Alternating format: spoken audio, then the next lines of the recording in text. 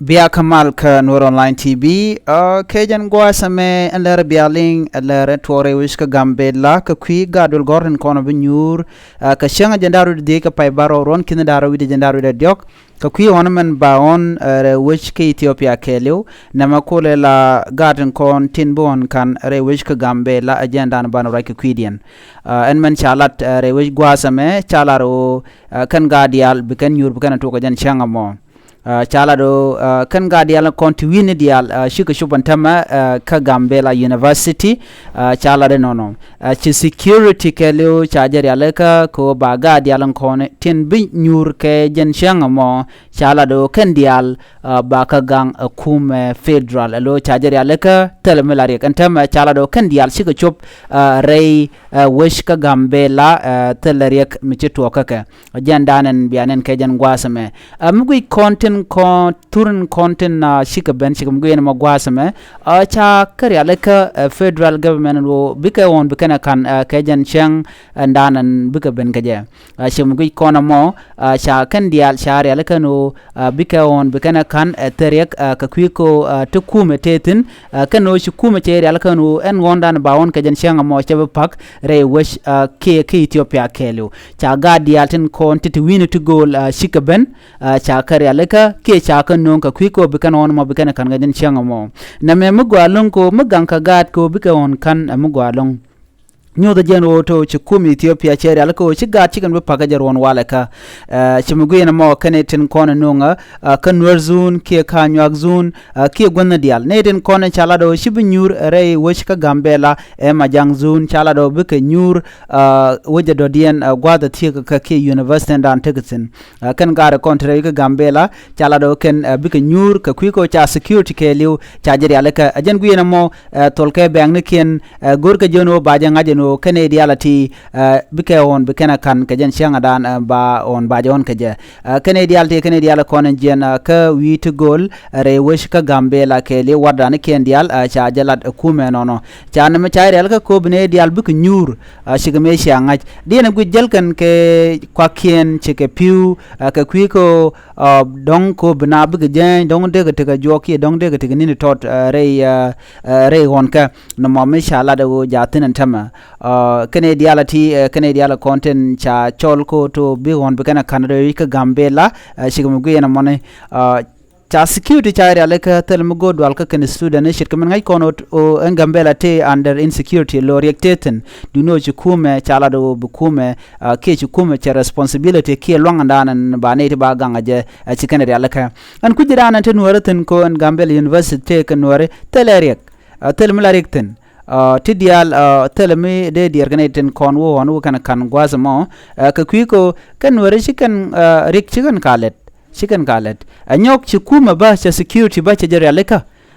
kan ga dialen content bu nyur ka jer wona me bi ka nyura gwa terek ka doba dana chalat kaje telemi bi ka nyot ko chikuma ke liu cha gotan kon tin de gang de jalalet kaje jari alaka cha kwan ken cha gari alaka ka kan ba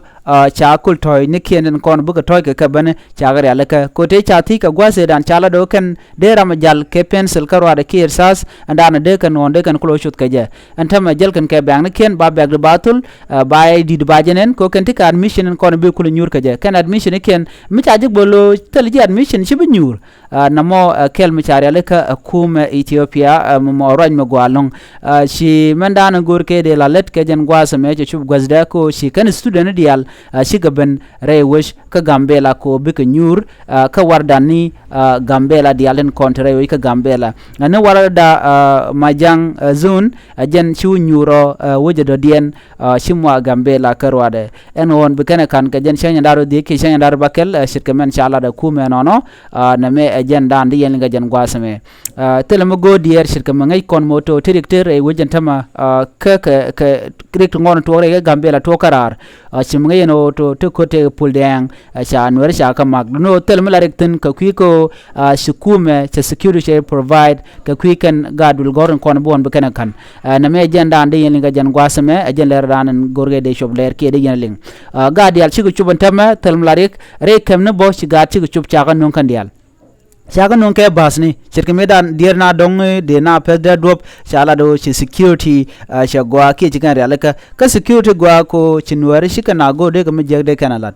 namo akel me gwa me de ngaje ne ko ken nuwari no kan malalong telare me gor kan de kan lalet neme agenda na shala let neten kon tin kwa security ka queen ne dialan kon tin bon bugana kan chajer realaka tele me lare tin namo shamu gwa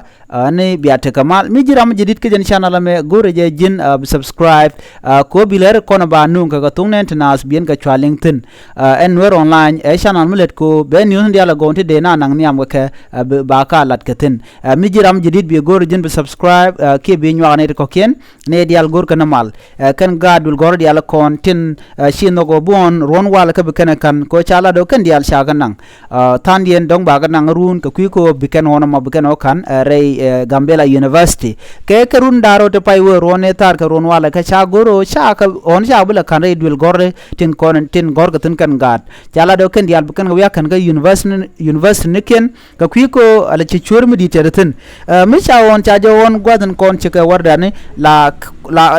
on la ya kwalka bete ka gat bi fel ka dong de ka pass bete ka gat bi pass ka dong de ka fel ka ko lat ka ne ko ken cha chu gu jo ka Ethiopia ke liu ba oni ba kon re university agenda na tuogo na me mi jiram jidit gore jin be subscribe gore jin biten dial content talk win to gol ka tung wer be ka chwalingi nono agenda na de larye enni che ner ka ner mala ko shia channel ma shia gore je be subscribe ka be nywa ne ko ken be ta kamal